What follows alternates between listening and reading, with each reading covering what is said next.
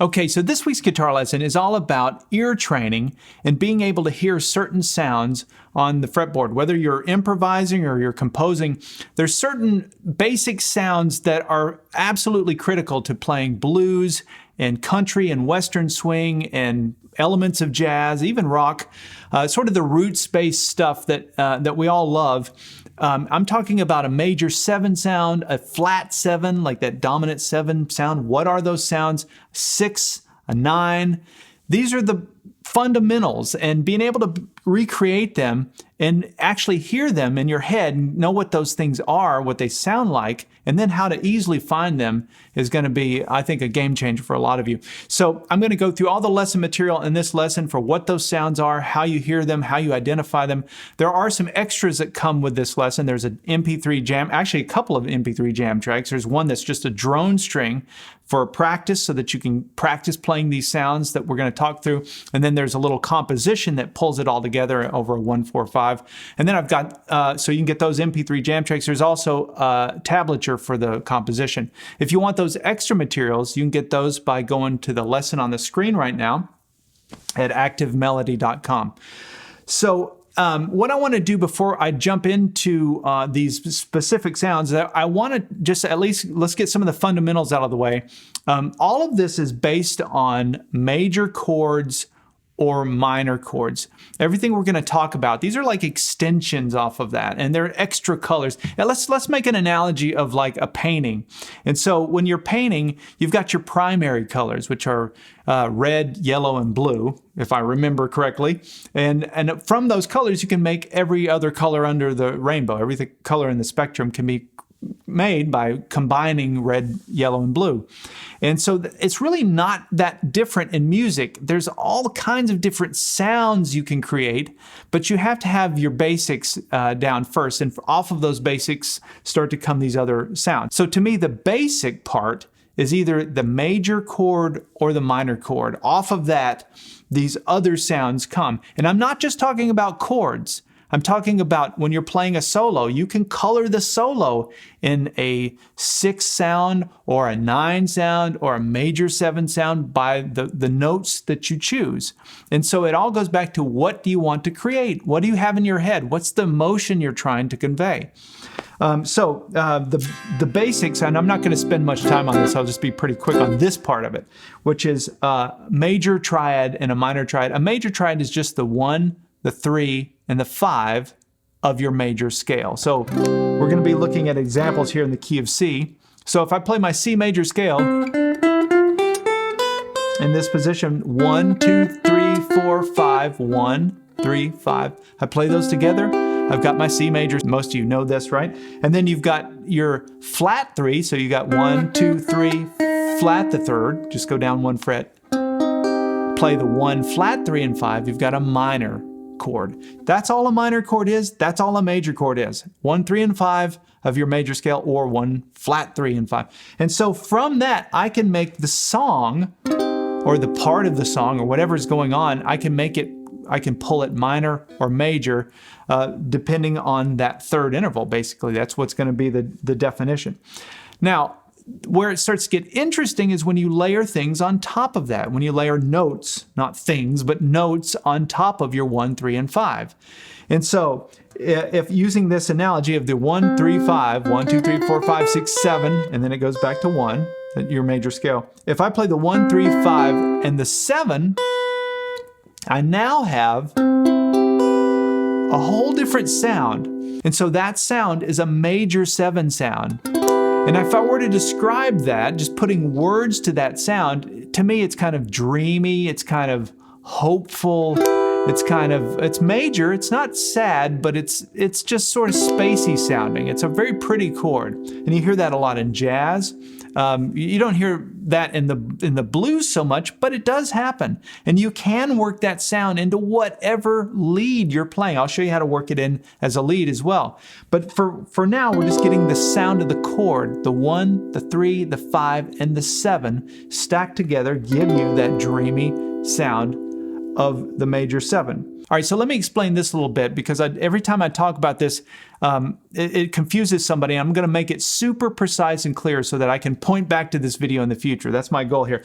So if I were to play that's your C major 7 sound. You can hear that. Now, what if I just played this? Well, we just heard the C major 7 sound, so we had that sound in our ear, and that sounds like a C major 7, right?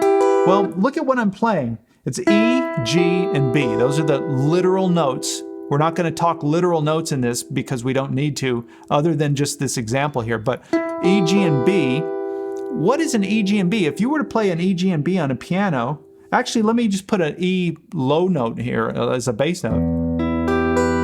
Whoa, that just changed everything. Now the sound is a minor sound. It's an E minor. An E minor chord is E, G, and B. And so this is the point of confusion. So you can't look at chords literally. Chords are not literal. They're not literal like that. And so you have to look at, I mean, yes, E, G, and B is an E minor chord for sure. That is a literal thing. But inside of a C major 7 chord, you have C, E, G, B. So that E minor triad, that sad sounding triad, lives inside of this happy, hopeful, dreamful chord. And so that's kind of blows your mind that you can get a totally different feel by putting a C into that. And so I'm just mentioning that so that in the future, when we talk about the 6 to the 9 chord, for example, that's always the point of confusion too. But it's the same principle. E, G, and B can represent my C major chord. Listen to this part. This is the important part. This E, G, and B, these notes, this triad, this minor triad, can represent my major 7 sound. It just depends on what I play it over.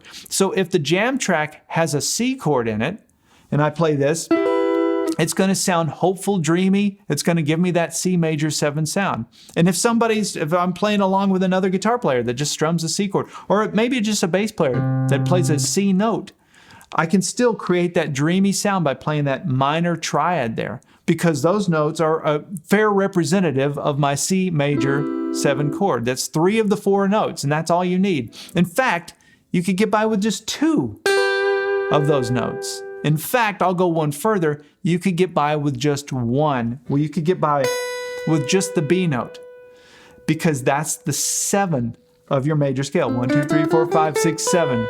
That note can represent that entire feeling, that dreamy, hopeful feeling. 1 note. Only in reference to the C chord, though.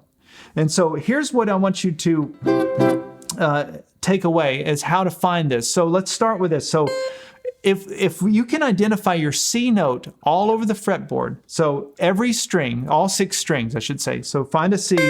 There's one here. There's one on the 5th string. There's one on the 3rd string. There's one on the 2nd string. You just have to find them. There's one on the 6th string. You need to be able to find your C note all over the fretboard. If you can't do that by memory, if you haven't memorized that, just do it by ear. But once you can find a C note, all you have to do to get that dreamy sound, it's just so simple. It's just 1 note behind it. That's it. That's your 7. That's back to the root. Let's look back at our major scale. 1, 2, 3, 4, 5, 6, 7. Back to the root. See the relationship? That's the sound. So what does that mean? Well, it means in harmony, I can go, and that's a major 7 harmony, because I'm playing that major 7 note and the 5th out of my C chord, if you want, or the 5th out of my major scale. And that's a one way to do a major 7 harmony. But on top of that, I can use that as a single note in a lead. So, and I'll do this over the drone track here in a minute so you can really hear it. But it's...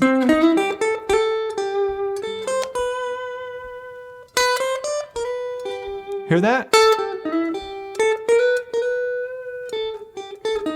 And I can do it all over the fretboard.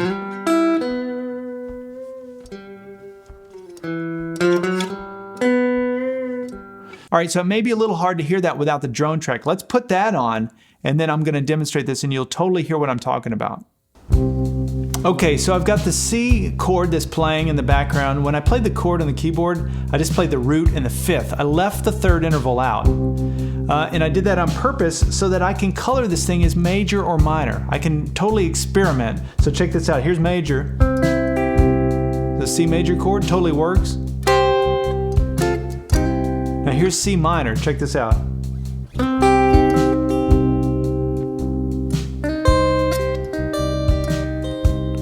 Because the jam track is missing the third, it doesn't have any definition there. So I can steer it however I want, which is a nice thing. So let's check out this C major 7. Hear that sound? Now let's look at just that triad. That's my E minor triad that I talked about, but there it is. When you hear it with a jam track, you can just hear the major 7 dreamy sound. And what really makes it is this note, that B note there. So I can play whatever I want with my lead. And if I work that note in and kind of rest on it, it's pulling the sound, even with a single note, into that major 7 sound. Look at that. You can do a half bend into the root. There's my C. I can go down, the 1/2 step and then bend into it. I can play it all over the fretboard.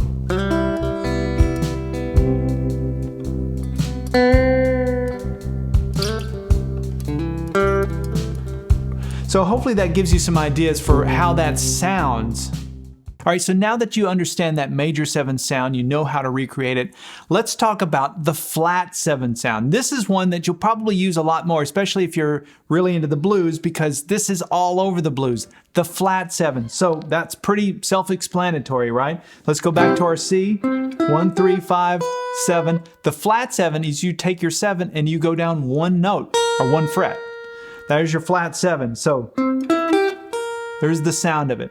Now, I'm going to show you 2 ways to kind of get at this. This is how I think of it. So if this is my root note, I can go down 2 frets from my root note, and that's the flat 7. Or if I go to the string below the note that I'm playing here and go up 3 frets, so in this case for C, it would be the 11th fret 2nd string. That's probably the more common way to do it, because that's in your minor pentatonic. Right? Root, flat 7. You can see now in your minor pentatonic, you've got your root and flat 7. You've got it in a couple spots. You've got it down here too, right? There it is, go down 2 frets. Now watch this. Here's kind of a cool way to sort of visualize this, what we just did here. So there it is off of my C note, right? Let's find a C note down here, like down on the 5th fret. Look at this. Same thing. There it is, 2 frets down from that. Let's find it up here on the 3rd fret. Same thing, right? There it is there. And obviously on this 6th string, we can only do this one. We don't have a string below that. Now, same on the 1st string. But on the 2nd string, if we find our C note, because of the tuning of the guitar, which like the B string is tuned down a 1/2 step. Everything is tuned in 4ths except for that B string. So because of that, we have to compensate. So instead of going 3 frets on that 3rd string, you just go 2 frets up. So it's like this. That other note is still 2 frets below, but anyway, the string just below that fret note is 2 frets up instead of 3. But otherwise, it's in that same spot. So if I'm playing the major pentatonic scale, I'll play the C major pentatonic scale, position 1 here. Very slow, kind of boring. Now watch this. Hear it? I went into that flat 7. It pulled it into that bluesy kind of flat 7. In fact, if I was playing a lead and I was wanting to go to the 4 chord, just like I would if I was strumming the chords and I wanted to do C7 to get to the F, I could do that with my lead. I can spell that out with my lead. See,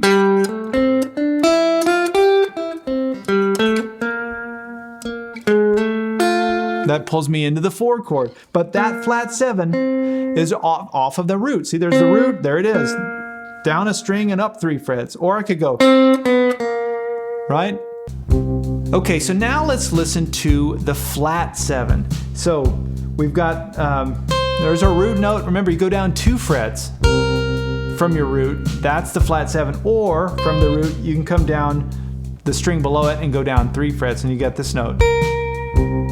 So with that note,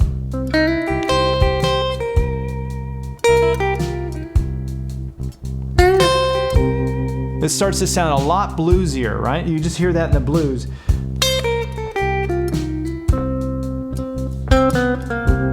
Here it is down here, an octave lower. Still in my E shape, right? So I've got one there, I've got one here. If I come down to my A shape, it's my C chord using the A shape, I've got one here, I've got one up here. So you kind of learn where they are in your shapes. That's kind of how I do it anyway. I know when I'm in this neighborhood, I've got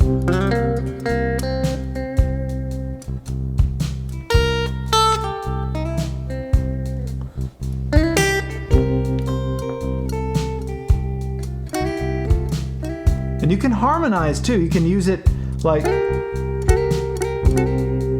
that's using strings 2 and 3. It's a great harmony for it. Here's another, the same thing, but played on strings 1 and 2. All right, so now let's go back to our C chord, and we'll go back to our major triad, 1, 3, and 5. A 6th chord is just the 1, 3, 5, and the 6th interval of your major scale. That's it, 1, 3, 5, and 6. And by the way, little sidebar, for all of this stuff we're talking about with your major 7, with your dominant 7, with your 6th chords, if you want the minor version, you just flat the 3rd, 1, flat 3, and then you've got, and play your 6, and you get the minor 6. So that would be like a C minor 6. That's all it is, just the flat 3rd. But notice when I'm playing a C6 chord, this is one voicing that I use quite a bit. I use it up here. Look at where it is in relation to my E chord shape. My C chord using the E shape, where I've got the bar here on the 8th fret, I put my index finger, and then I make this little shape on the top 4 strings. And my notes here are C, E, A, and then there's another C. So 2 octaves of the C. So it's really 3 notes there. Now, I noticed when I said it was a 1, 3, 5, and 6. So I'm leaving out the G note, which would be this note, when I'm doing it out of this voicing. And that's okay. This is enough. I've got 3 of the 4 notes. It's enough to spell out the sound of the C6.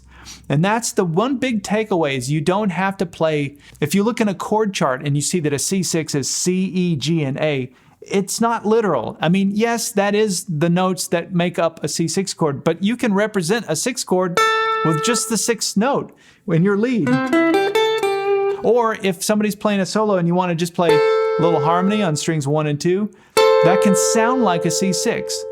And so, or this little triad can sound like a C6, or this triad can sound like a C6. By the way, that's a minor triad.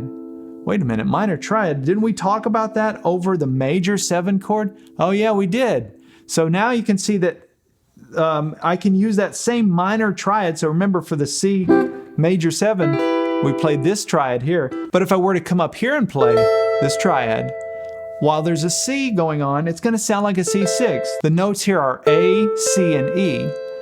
But that's enough to spell out the sound of my C6.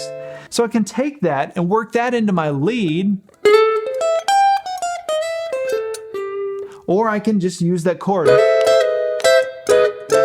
to represent my C6 sound, that sort of Western swing kind of sound. And anywhere I can play that minor triad, which by the way is an A minor triad, but anywhere I can play an A minor triad, I can get the sound of a C6. So I can go like this. Right? Or I can go anywhere that I can play that. So that's the cool thing about these representatives of your chord. It doesn't have to be literal. It can just be enough of the chord. And one of my favorite places to play it is right here. Just this little triad. It's so easy to grab. It's inside your E shape or this top part of it.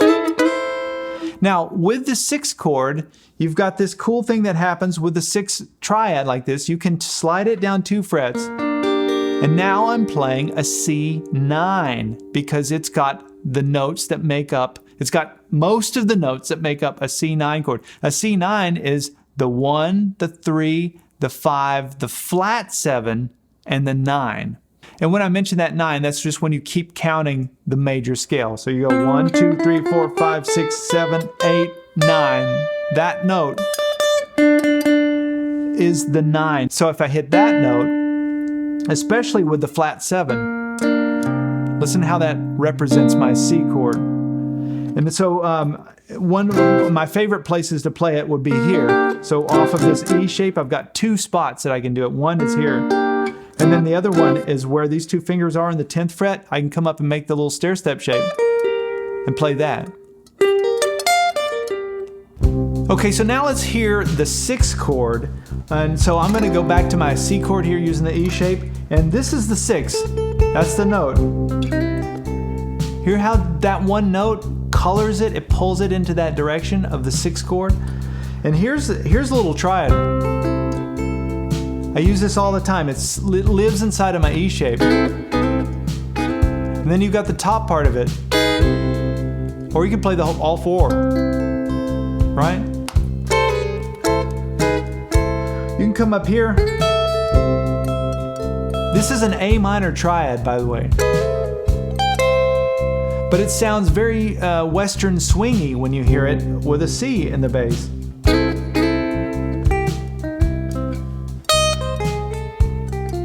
And I'll hear B.B. King do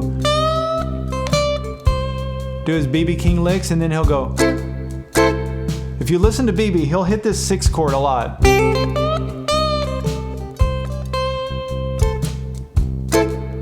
Sometimes he'll just do strings 1 and 2, right? But it's sounding like a 6th chord. Now, on top of that, you've got your 9 chord. So you can take that triad, everything we just did there, and move it down 2 frets. And now I've got a C9 because I've got this note, the 9th, right? Here it is up here. But that 9 is what colors it, especially when you hear the 9 with the flat 7. You hear that little harmony? That is sounding like a C9. That's all I need to really represent my C9 chord, is the flat 7 and the 9. Because in a C9, it's 1, 3, 5, flat 7, 9. It's not 1, 3, 5, 7, 9. That would be a C major 9. This is just a C9, which means it's got the flat 7 in it. So that's the sound of the C9. And there's 2 spots that I love off of this E shape. There's this one. So where I've got the bar here, if you move your hand up and then you've got these 2 fingers where the bar was, you've got that triad or the top part of it. That's a good one. The other one I love is where you've got these 2 fingers, which is on the 10th fret. You put your index finger on that fret and then make the stair step shape.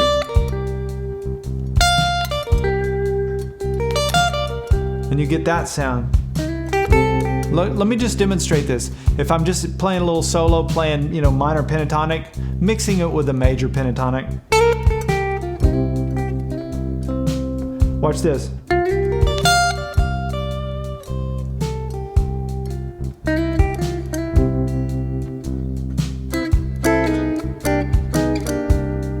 There's the 9.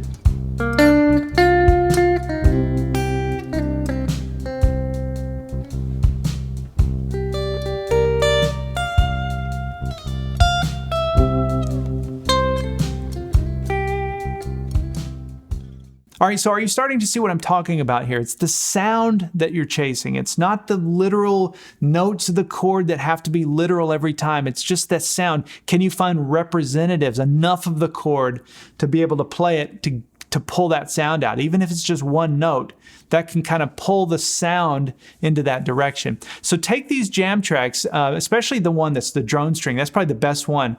And just kind of practice playing these different sounds. Get the major 7 sound. Find it all over the fretboard. Get the flat 7, get the 6, get the 9 chord, and see what you can do. And then, since there's no third interval in that drone note that's just played over and over again, you can make the minor versions of this as well. And you can start to really create some interesting things. Then you've also got the jam track that's got the 1, 4, 5, so you can pull it all together and start making music and seeing how you pull these things together across different chords.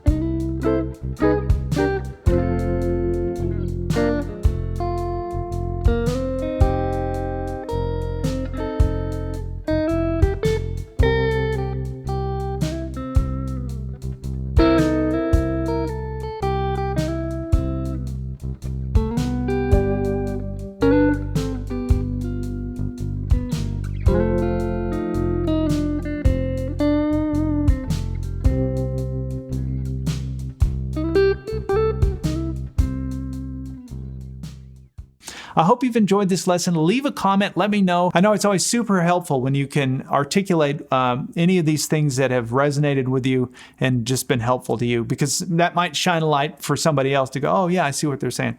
So anyway, I appreciate your feedback. That's always super helpful. We'll see you next week for something new.